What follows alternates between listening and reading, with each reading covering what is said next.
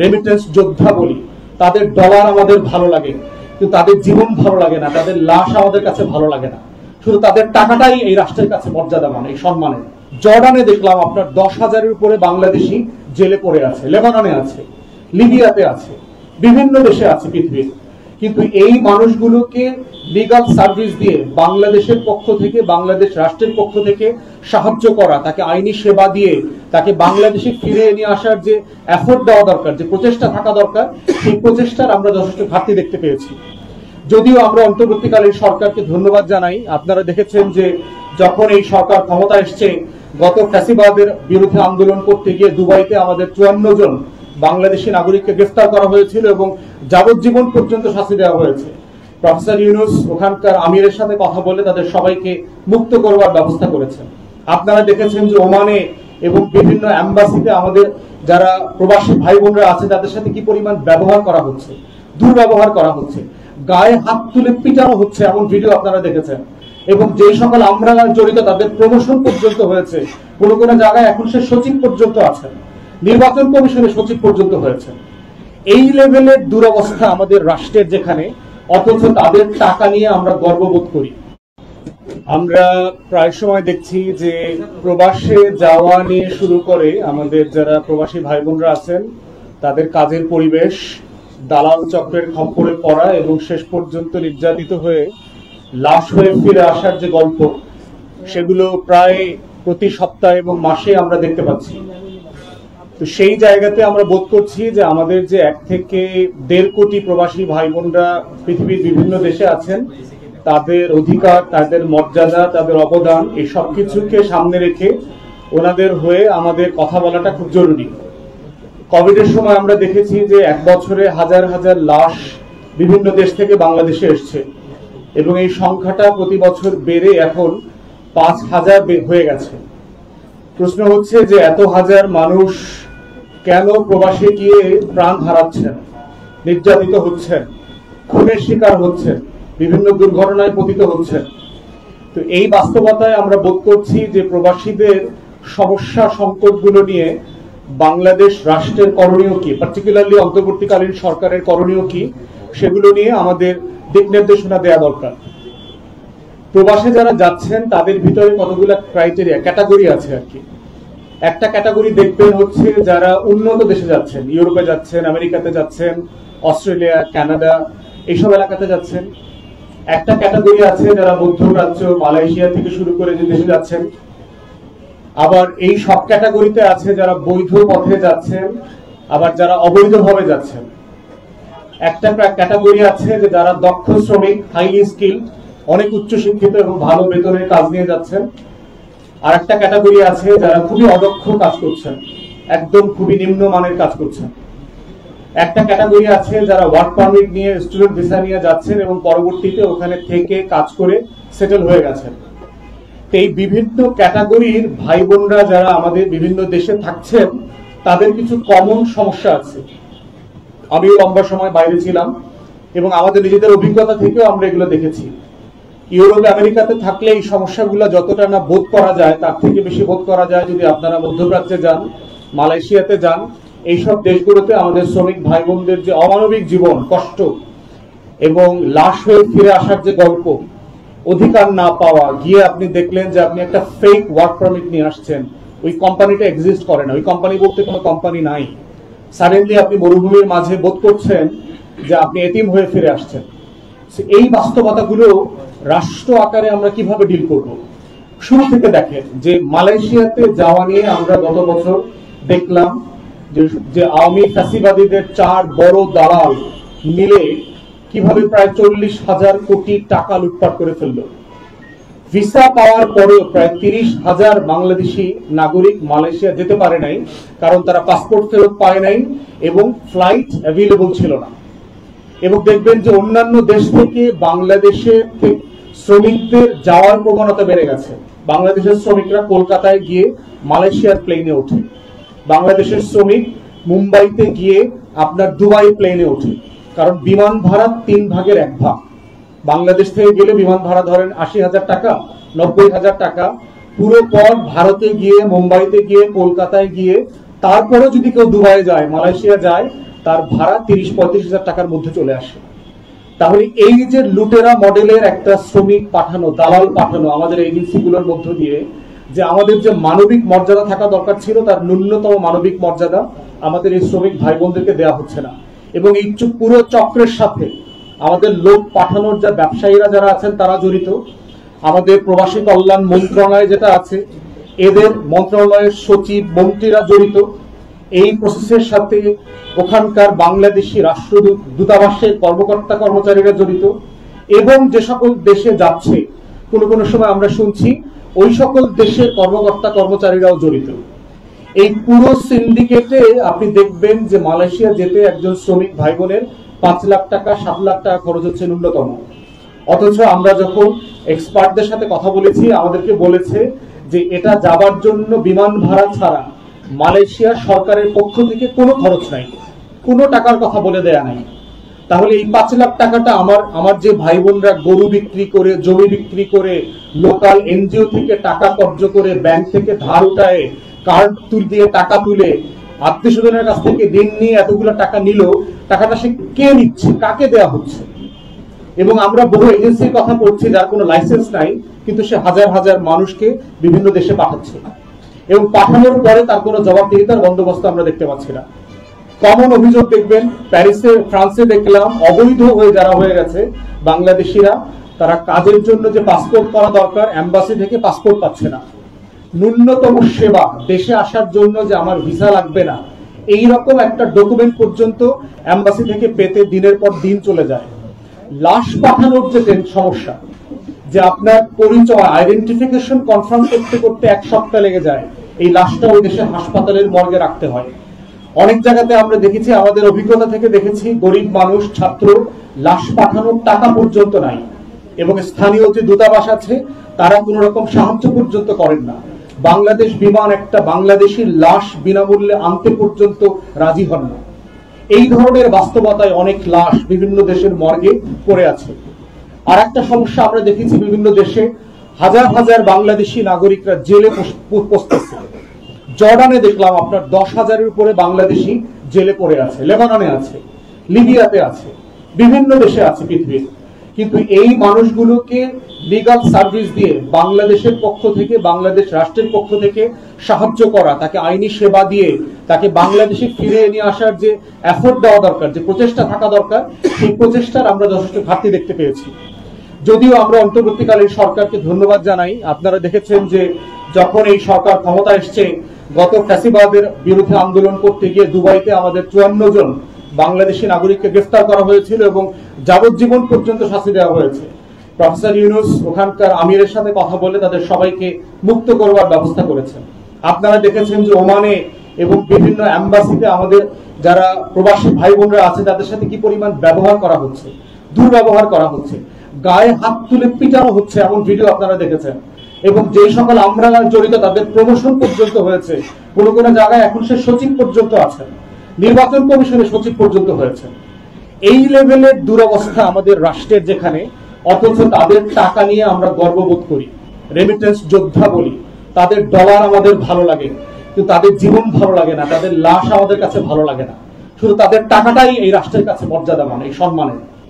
সেইখানে আমরা বোধ করছি যে প্রবাসী ভাই বোনরা যারা আছেন তাদের অধিকার মর্যাদার পুরোটুকু এই রাষ্ট্রকে এনশিওর করতে হবে। একটা বড় জায়গা দেখবেন প্রবাসে যখন থাকে তাদের যে সম্পত্তি আছে বাংলাদেশে, এই সম্পত্তিগুলো দখল হয়ে যায়, তাদের বাড়ি দখল হয়ে যায়, তাদের জমি দখল হয়ে যায়। কোনো কোনো সময় এমনও ঘটনা আমরা দেখেছি, তাদের সম্পত্তি ব্যাংকে কাগজপত্র ফেক ডকুমেন্ট রেখে ঋণ পর্যন্ত নিয়ে নেয়, কারণ উনি দেশে থাকেন না। তারপরে ব্যাংক সেই প্রবাসীর বাড়ি ক্রোক করে ফেলছে। তারা যোগাযোগ করবেন, কার সাথে কথা বলবেন, কার কাছে সমাধান চাইবেন। স্থানীয় এম্বাসিতে গেলে তারা বলবে যে আমাদের কিছু করার নাই, আপনারা ওখানে আইনজীবীর মাধ্যমে যোগাযোগ করেন। টাকা দেওয়া বন্ধ করলে তো আপনাদের অনেক করার থাকে। টাকা দেশ থেকে দেশে বেশি টাকা পাঠান, এই ক্যাম্পেইন গুলো তো আমাদের এম্বাসিগুলোই করে। কিন্তু প্রবাসীর টাকা পাঠানোর জন্য আপনি ক্যাম্পেইন করছেন, বৈধভাবে টাকা পাঠান, হুন্ডিতে পাঠায়েন না, সেই ক্যাম্পেইন করছেন। কিন্তু ওই প্রবাসী ভাই বোন যখন বিপদে পড়ছে তাকে সাহায্য করবার মতো ন্যূনতম আন্তরিকতা, প্রচেষ্টা আপনাদের মধ্যে নাই কেন? প্রতি মাসে প্রায় $2 বিলিয়ন তারা বাংলাদেশে পাঠায়। বাংলাদেশের অর্থনীতি ভেঙে পড়ে নাই যে কারণে, তার একটা বড় কারণ হচ্ছে এই প্রবাসী ভাই বোনদের টাকা। যে আওয়ামী লুটপাটের পরেও কেন এই দেশের অর্থনীতি এখনো টিকে আছে। এবং আন্দোলনের সময় আপনারা দেখেছেন যে রেমিটেন্স যোদ্ধারা সপ্তাহের পর সপ্তাহ, মাসের পর মাস বাংলাদেশে টাকা পাঠায় নাই, বয়কট করেছে। এই তখনকার আওয়ামী ফ্যাসিবাদীদেরকে অর্থনীতি ধসে গেছে। মাসের পর মাস কিভাবে টাকা না পাঠানোর কারণে অর্থনীতিতে কিভাবে হাসিনা মানে বেকুফ হয়ে গেছিল, যে কিভাবে এই টাকাগুলো হারায় গেছে অর্থনীতি থেকে। তো সেই জায়গাতে আমরা বোধ করছি কতগুলো উদ্যোগ এই সরকারের কাছ থেকে আমরা আশা করছি যে আপনারা ইমিডিয়েটলি নেবেন। তার ভিতরে একটা হচ্ছে আমরা প্রস্তাব করছি যে প্রবাসী কল্যাণ মন্ত্রণালয়ের অধীনে একটা ওয়ান স্টপ সার্ভিস সেন্টার খোলা দরকার, যেখানে 24 ঘন্টা সপ্তাহে 7 দিন 365 দিন প্রবাসী ভাই বোনরা ফোন করে, ইমেল করে তাদের যে সমস্যা আছে, তারা যে ভোগান্তিগুলো শিকার হচ্ছেন লিখিতভাবে এবং ফোনের মাধ্যমে তারা অনলাইনে এগুলো জমা দিতে পারবেন। এবং এটার একটা সার্ভিস দেওয়ার একটা ডেডলাইন থাকতে হবে, 3 দিন 7 দিন 10 দিন। এর জন্য যত যত সার্ভিস দরকার স্থানীয় প্রশাসনকে ইনভলভ করে, ডিসি কে, এসপি কে, ওসি কে, টিএনও কে ইনভলভ করে সেই সেবাটা এনশিওর করতে হবে ওয়ান স্টপ সার্ভিসের মধ্য দিয়ে। এজন্য যদি আইনের কোন সংশোধনী প্রয়োজন হয়, যদি কোথাও একটা দুইটা ধারার প্রয়োজন হয় পরিবর্তন করবার, সেটা আপনারা করেন, করে প্রবাসীদেরকে এই সেবাটা নিশ্চিত করেন। দ্বিতীয়ত আমাদের মধ্যে আমরা দেখতে পাচ্ছি যে প্রবাসীদের এয়ারপোর্টের হয়রানির ব্যাপারটা। এয়ারপোর্টে কদিন আগে দেখেছেন যে আপনার ইউরোপ থেকে একটা পরিবার আসছে, তাদের সাথে ওখানকার সিকিউরিটির মারামারি পর্যন্ত ধস্তাধস্তি হয়ে গেছে। প্রশ্ন হচ্ছে যে যে কোনো ব্যক্তির সাথে আপনার একমত দ্বিমত হতে পারে, হাতাহাতি মারামারি রক্তারক্তি পর্যন্ত এখানে যেতে হবে কেন? এটা তো একটা মেজার, একটা প্রোটোকল থাকতে হবে যে আপনি যে কোনো খারাপ আচরণ কিভাবে ডিল করবেন, প্রবাসীদেরকে সম্মান কিভাবে দেবেন। কদিন আগে দেখলাম একটা প্রবাসী কর্নার করা হয়েছে, খুবই সুপারফিশিয়াল। এগুলো সিম্পলি মানে সেলফ সার্ভিং এবং এতে কোনো বেনিফিট হবে না প্রবাসীদের, বরং প্রবাসীদের সেবা দেওয়ার বাস্তবতা করা দরকার।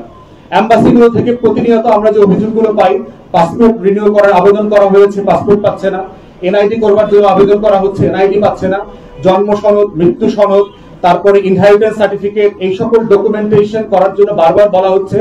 স্থানীয় দূতাবাসগুলো সিম্পলি তাদেরকে 2 পয়সার মানুষ মনে করে না। পার্টিকুলারলি যারা মালয়েশিয়াতে আছে, মধ্যপ্রাচ্যে আছেন, তাদেরকে এম্বাসির কর্মকর্তারা মনে করে আমার দেশের চাকর বাকর, সিম্পলি চাকর বাকরের মতো ট্রিট করে। তো যেই দূতাবাসের কর্মকর্তা কর্মচারীরা চাকর বাকরের মতো আমার রেমিটেন্স যোদ্ধাদেরকে ট্রিট করে, প্রবাসী ভাই বোনদেরকে ট্রিট করে, তাদেরকে ইমিডিয়েটলি ডিসমিস করে দেন। তাদেরকে প্রয়োজনে শাস্তির আওতায় আনতে হবে, কারণ তার টাকায় আমার শ্রমিকরা চলে না, শ্রমিকের টাকায় সে চলে, তার বেতন দেওয়া হয়। অতএব কে কার সেবক, কে কার কর্মচারী, সেইটা ওনাদেরকে পরিষ্কার করে বুঝতে হবে। এই জন্য আমাদের পক্ষ থেকে পরিষ্কার দাবি হচ্ছে রাষ্ট্রদূতদের মাধ্যমে স্থানীয় দূতাবাসগুলো আছে সেগুলোকে দালাল এবং দুর্নীতি মুক্ত করতে হবে। অধিকার এবং মর্যাদা ফিরিয়ে নিয়ে আসার জন্য এটা খুবই বড় শর্ত, দালাল এবং দুর্নীতি মুক্ত করতে হবে। প্রবাসী ভাই বোনদেরকে আমরা বলেছি, আপনারা আমাদেরকেও জানান, গণমাধ্যমকে জানান যে কোন কোন দূতাবাসে কোন কোন কর্মকর্তা কর্মচারী আপনাদের সাথে খারাপ ব্যবহার করছে, নাম, পরিচয়, পদবি সহ আমাদেরকে জানান। আমরা এখানে পররাষ্ট্র মন্ত্রণালয়, তারপরে প্রবাসী কল্যাণ মন্ত্রণালয়ের মাধ্যমে এই জিনিসগুলোর ব্যবস্থা কিভাবে নেওয়া যায় সেগুলো নিয়ে আমরা কথা বলবো, কাজ করব। এরপরে হচ্ছে আমরা ওয়ান স্টপ সার্ভিসের কথা বলেছি, যেটা ইমিডিয়েটলি চালু করা দরকার এবং যেটা ডিজিটালি করা সম্ভব, কোনো ফিজিক্যাল সার্ভিস দরকার হবে না, কল সেন্টারের মতো এটা কাজ করবে। 4 যেটা বলেছি যে বাংলাদেশের লক্ষ লক্ষ হাই স্কিল, অতি দক্ষ, যোগ্য মানুষরা পৃথিবীর বিভিন্ন দেশে কাজ করছেন, বিভিন্ন দেশের সরকারের গুরুত্বপূর্ণ জায়গায় কাজ করছেন। এই মানুষগুলোকে বাংলাদেশ গঠনে আমরা ফেরত পেতে চাই। যারা 10 বছর আগে, 20 বছর আগে, 30 বছর আগে ইউরোপ আমেরিকাতে গেছেন, ওখানে পড়াশোনা করেছেন, ওই দেশের গুরুত্বপূর্ণ জায়গায় চাকরি করছেন, তাদেরকে আমরা বাংলাদেশে ফেরত চাই এই নতুন বাংলাদেশকে গড়বার জন্য। এই ফেরত পাওয়ার পিছনে একটা বড় মানে অন্তরায় হচ্ছে আপনার দ্বৈত নাগরিকত্বের একটা বাধা আছে বাংলাদেশে। আপনারা জানেন যে বাংলাদেশের গুরুত্বপূর্ণ পদে দ্বৈত নাগরিকরা চাকরি নিতে পারবেন না, কোনোভাবে ইনভলভ হইতে পারবেন না, এরকম বাদ দেয়া আছে। ধরেন জাজ, সুপ্রিম কোর্টে জাজ হইতে পারবেন না বলে দেয়া আছে। এখন ইংল্যান্ডে যে আইনজীবী ওখানকার কোর্টে জাজ হয়েছেন, এমন একজন বাংলাদেশি যদি বাংলাদেশে সে জাজ হতে চায়, আমরা তো চাইবো দেশের স্বার্থে সে বাংলাদেশে আসুক, বাংলাদেশকে সেবা করুক, বাংলাদেশের জন্য সে অবদান রাখুক। কিন্তু সে কেন আসতে পারবে না? কারণ সে ডুয়াল সিটিজেন। বাংলাদেশের লক্ষ লক্ষ মানুষরা সারা দুনিয়াতে ওই দেশের নাগরিকত্ব নিয়েছে। ওই মানুষটার টাকা ভালো লাগে আপনার, ওই মানুষটা দেশে এসে হলিডে করে, আপনার দোকানে গিয়ে খায়, একটা বাড়ি করে, প্লট কেনে, ফ্ল্যাট কেনে, এতে আপনার অর্থনীতির উন্নতি হয়, কিন্তু তার অবদানটা আপনি নেবেন না। পাসপোর্টের বাদ দিয়ে রাখছেন। দ্বৈত পাসপোর্টধারী আওয়ামী লুটেরারা কি এই দেশ লুটপাট করে নিয়ে যায় নাই? হাসিনার মেয়ে কানাডার নাগরিক হয়ে বাংলাদেশকে লুটপাট করে নাই? হাসিনার ছেলে আমেরিকার নাগরিক হয়ে বাংলাদেশকে লুটপাট করে নাই? ববি যে শেখ রেহানার মেয়ে হয়ে লুটপাট করে নাই? সিআরআই প্রতিষ্ঠান দিয়ে lakh lakh billions of dollar লুটপাট করে নাই? তুমি শেখ পরিবারের সবাই তো বিদেশি নাগরিক, সবাই তো এই দেশকে লুটপাট করে খেয়ে গেছে। হাসান মাহমুদরা বিদেশের নাগরিক না? আওয়ামী লীগের ন্যূনতম 50-60 জন এমপি ছিল যারা বিভিন্ন দেশের নাগরিক। গোলাম আমেরিকার নাগরিক হয়ে বাংলাদেশে এমপি হয়েছে না? মিছা কথা বইলা। মানিকরে আওয়ামী লীগ জাজ বানাইছে না? সে তো ব্রিটিশ নাগরিক। সে তো নিজে বলছে তার ব্রিটিশ পাসপোর্ট আছে ধরা খাওয়ার পরে। আপনাদের যদি মনে থেকে থাকে যে আমার 2টা পাসপোর্ট আছে, একটা বাংলাদেশি, একটা ব্রিটিশ পাসপোর্ট, ধরা খাওয়ার পরে সে বলেছে। তাহলে কেন মিথ্যাচার করতে বাধ্য করছেন আপনি তাকে? আপনি স্বচ্ছতার ভিত্তিতে তাকে সেবা করবার সুযোগ করে দেন, কারণ সে তো আপনার দেশের মানুষ। সে একটা বাস্তবতার কারণে ওই দেশে থাকে, ওই দেশের নাগরিক এখন, কিন্তু সে তো বাংলাদেশি না। এই জায়গাতে আপনি বলতে পারবেন না। তাই এবং আমরা দেখেছি ইতিমধ্যে ইউনূস সরকার কিন্তু বিভিন্ন দেশ থেকে বাংলাদেশি যোগ্য দক্ষ লোকদেরকে ডেকে নিয়ে এসছে, বিভিন্ন জায়গায় তাদেরকে দায়িত্ব পালন করতে দিয়েছে। এবং আমরা চাই এই দক্ষতাটা দেশের জন্য আরো বেশি আসুক, আরো বেশি আমরা তাদেরকে কাজে লাগাই। বাংলাদেশি হাজার হাজার ডাক্তার, বিশ্ববিদ্যালয়ের প্রফেসর যারা ওইসব দেশে আছেন, তারা বাংলাদেশে বিশ্ববিদ্যালয়ে এসে বিনামূল্যে পড়াতে চান, এখানকার হাসপাতালগুলো বিনামূল্যে সেবা দিতে চান, সার্জারি করতে চান, অপারেশন করতে চান, কিন্তু আইনের অনেক বাধ্যবাধকতা আছে। তাই ওনাদেরকে যদি আমরা উৎসাহিত করতে চাই, আমাদের পক্ষ থেকে আমরা পরিষ্কার দাবি করছি, বাংলাদেশি নাগরিক হওয়াটাই বাংলাদেশের যে কোনো পদ হোল্ড করবার জন্য এনাফ। এরপরে যদি সে আরো 5টা দেশের নাগরিক হয়ে থাকে সমস্যা নাই। সংস্কার কমিশনের দায়িত্ব নিয়েছে একাধিক ব্যক্তি, তারা বিভিন্ন দেশের নাগরিক। এতে তো আমাদের দেশের কোনো ক্ষতি হয়নি। তারা তো বাংলাদেশকে সংস্কার করবার জন্য দিনরাত পরিশ্রম করেছেন, সুপারিশ দিয়েছেন, বাংলাদেশকে বদলে দেওয়ার জন্য কাজ করছেন। তাহলে আমাদের অবদানের এই জায়গাটা সামনে রেখে দ্বৈত নাগরিকত্বের এই অন্তরায় সব জায়গা থেকে তুলে ফেলতে হবে, সব জায়গা থেকে।